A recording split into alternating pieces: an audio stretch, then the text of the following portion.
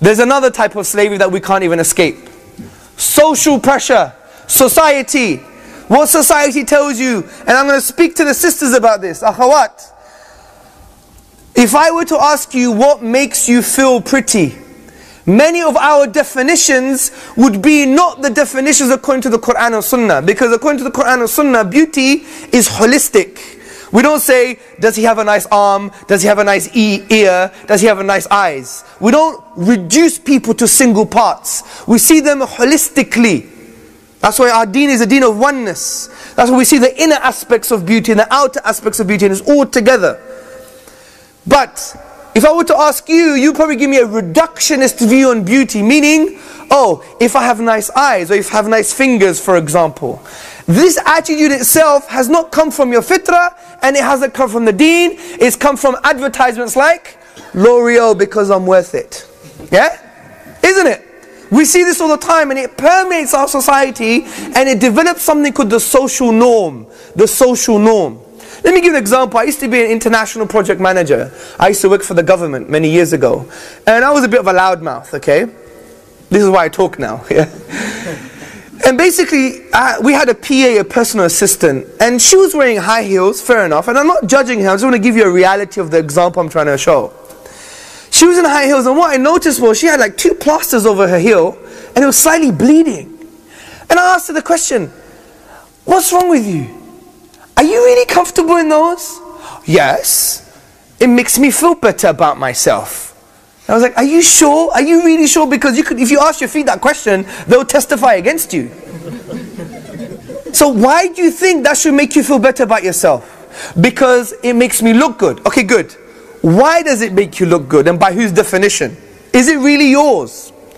And then I made her think, and this is the power of questioning. Wallahi, dawah is just about questioning. The Quran gives you questions. وَفِي أَنفُسِكُمْ أَفَلَا تُبْصِرُونَ. And in themselves, do they not see? أَوَلَمْ يَتَفَكَّرُوا فِي أَنفُسِهِمْ. Do they not reflect within themselves? أَفَلَا يَنْظُرُونَ إِلَى الْإِبِلِ كَيْفَ خُلِقَتْ. Have you not seen the camel and how it was created? Questions, questions. Allah doesn't always give you answers. He's giving you these questions to direct you through this madness of life, to come to a conclusion that Allah is one and that He should be worshipped. So use questioning as well. Use the power of the Quran. So when you give them the tools of questioning, they're like, you know what? And then she took her shoes off. Because she understands this is not really me. It's not in line with my fitrah. It's a socialization. It's been as a result of the media. And you know why human beings are social animals? I did psychology at university, and one of the reasons are that human beings by their very nature, they want certainty. They want certainty. They want to feel certain. They want to have yaqeen. If they don't feel certain about something, including their own beauty, they go to society, because it's like almost like the most powerful thing around them, because it's a consensus, it's the masses, and they will adopt what the society says. This is why, brothers, how many of you have daughters? Put your hand up. May Allah bless your daughters, many of you. Let me give you some advice. Make sure from a very young age, your daughter feels she's intelligent. Your daughter feels she's beautiful. Your daughter feels she's beautiful outside and inside. Because if you don't, as a father, I know it's very hard because you're from the Asian subcontinent, where it's like love and being soft and nice is not part of the culture. Get over it. This is your jihad al-nafs. Because the sunnah is like this. The Prophet ﷺ used to kiss his grandchildren. He used to have mercy on them. He used to say, Ya Allah, I love so-and-so, so love so-and-so. So at the end of the day, we have to break through this. It's not just good wearing beards, having long robes, and looking the part. But if our hearts are messed up, what is the point? Because even goats have beards. It's dead protein, isn't it? Now the reason we get reward because of the obedience, of the love of the Prophet ﷺ and Allah subhanahu wa ta'ala. But if inside it's not there, and this is why many of our youth are astray, because it's the parenting. Wallahi, the most important thing. So make your daughters feel pretty, make them feel intelligent. You know why? Because if they're uncertain about themselves, where are they going to go? To the social norm. It's a psychological process. It's very simple. And there's 2 processes for this. It's called informational social influence and normative social influence. And you don't have to know the technicalities in the academia. The point is, it's almost an established fact, society counts. This is why in the sunnah, the Prophet ﷺ would go to the influentials for the da'wah. Because the tribesmen would influence their people. Do you see the social effect? So make sure our daughters and even our brothers, they feel confident with themselves. They don't have low self-esteem. I travel the whole world, brothers and sisters. And what I see from our youth, low self-esteem, no confidence, no ability to talk, no ability to say something good about the deen, have an inferiority complex. And it's not their fault, it's not the deen's fault, it's the parents. Wallahi, it's the parents.